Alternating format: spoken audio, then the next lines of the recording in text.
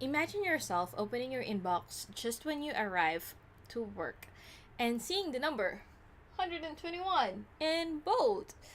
So you have received 121 emails that you need to look through for today. If you think this is a nightmare, a statistics study in 2015 showed that an average employee receives 121 emails in a day. Now, how will you go about clearing those, and which one are you going to prioritize? Now, let's stop to think about the person who will be receiving your email. So, if he receives your email among these 121 emails, what would make him want to read your email first? And if in case he reads your email first, what would enable him to reply to you as quickly as he can and to give you the desired response? Let me take you through some very useful pointers on how to make your emails effective. First, you have to be very clear. You need to know why you're sending your email, and you need to let the person know why you want him to read your email and what action you want him to take after reading your email. I'll go into detail on that later. The second one is you have to make your email pleasant to read. So if you just send him a chunk of paragraph, it will make it difficult for him to read through, and he might misinterpret what you really want. So let's make it easy to read. Also, you have to be brief. You have to tell him right up front what you want him to do. And lastly, you have to send reminders and follow-ups. So be gentle on reminders and use follow-ups and number them and copy their respective bosses or whoever is supposed to know that he's not replying to your email. Okay, so the first thing you need to do is to be very clear about why you're sending out your email. You don't just send out any message for, just because you want to. Don't flood their inboxes. Be very clear why you're sending their emails. There are different types of emails. Some emails are just meant to disseminate information, summarize discussions, share project updates, send reminders, or send documents over. Emails like this can be read at leisure and no further action is needed. But if you want an action or a response from that person, be very clear. Are you asking for decisions, or do you want them to give you an update on the project, or do you just want them to give a confirmation? Or are you asking them for inputs? So be clear why you want to send out your email. So that's the very first thing that you need to do.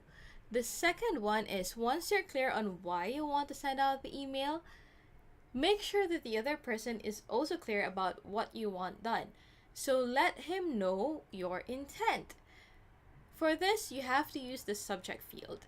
And the subject field is usually underused, and people do not know why they're receiving their emails. So it is the first thing that a person sees once he opens his inbox. And with that, there's a split decision whether this is a priority email or whether I can read that for later. So try writing your subjects like this. Decision needed by Feb 12, purchasing new supplies. Inputs needed by March 12, Project Moon. Your updates needed by Jan 27, shipments for Asia. Information, visitors next week and what to do. Documents attached, holiday schedule. Meeting minutes, Exco meeting on March 3.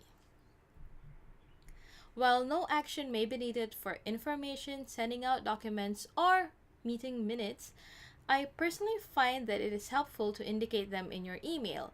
This helps people schedule when to read your email. In time, when you have become known for helping them manage their emails, they will prioritize reading your emails. Well, next to their bosses, that is. Because they know that it will not require a lot of effort on their behalf to understand your purpose. Now, for the first three, do you realize that I've actually added in the date? So I actually have what is needed. It's either a decision, their input, or their updates, and by when do I want them to reply by. Again, this helps in priority, and it's in the subject, it's glaring. They know it right off the bat. Help them save time, help them schedule the actions, and help them prioritize which emails to read, and they will love you for it. The second one, make it a painless reading experience. Make it pleasurable to read your emails. And it's not that difficult, actually. So, the first thing that you need to do is to lead them through the email. So, when you open an email body, make sure that your first few sentences summarize what you want them to do in that email. The idea is if they're just going to skim through your email, they've read the core of the message with reading off the first 3 or 4 lines. It's the same format with the newspapers, with the newspaper articles. So you put the most important part right on the first paragraph, including the summary, and then if I don't read the next few paragraphs, I'm okay. I'm not saying that your email is not important. It is important. However, again, put yourself in another person's shoes. So lead them through the email, put a core message on top. The second one is about being brief. So if you're brief, it becomes easier to remember your message. So brief, catchy lines make it easier for anyone to remember. The next one is you format the body. So instead of using the usual paragraphs, make good use of numbers, bullets, and tables. And you can also indent. They are easy to insert, thankfully, and they definitely make it easier for anyone to read your message. So take a look at this. Which among the two would you prefer reading?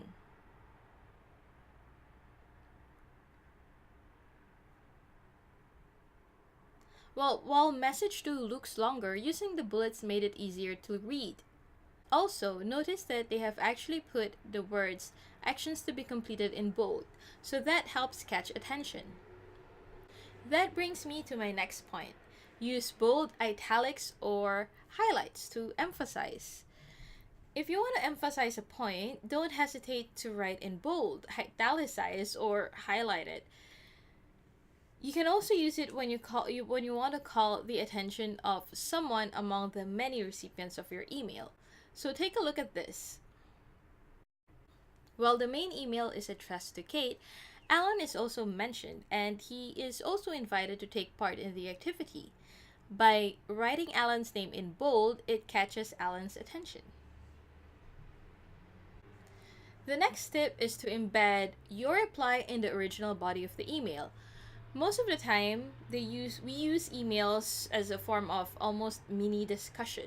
So you bring up several points for the other person to address or to answer. Now, if you receive that email, it makes it easier for me to embed my responses on every single thing that the person has written on the email. Well, at least those that need my response. In doing so, I do not need to rewrite the whole context of the email. Take a look at this.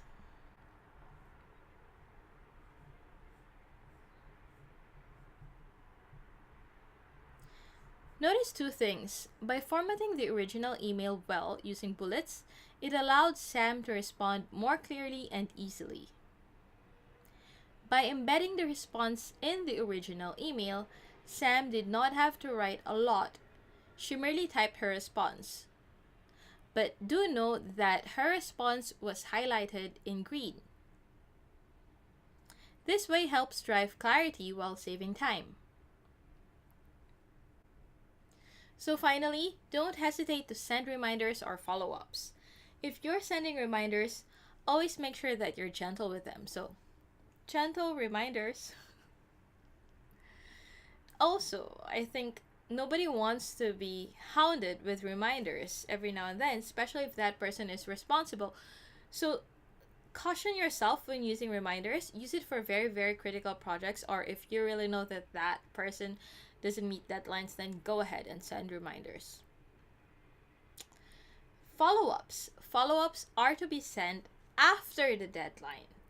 Reminders before the deadline, follow-ups after the deadline has passed.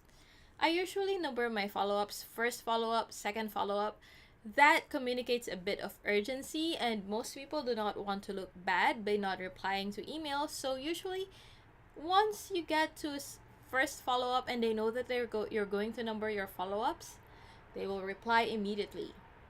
Don't hesitate to copy their bosses, their managers, supervisors, or anyone who needs to know about the status of the project. One final note I want to let you know is, even if you're writing an email, always use a professional tone. What if somebody just clicks reply to all or send to all, and your email contains a very, very angry tone? Think about it. If your email was printed and it was left in the printer and somebody gets to read it, what impression would they have of you? So always be professional, use politically correct words, and if you're really angry, don't send an email. Breathe in, breathe out, relax, and always use a professional tone. And that's it. I hope you learned something about writing emails. And emails need not be a scary experience. They're actually fun and helpful and helps drive efficiency if you know how to use them well. If you want a copy of the article based on this YouTube, click on the link below.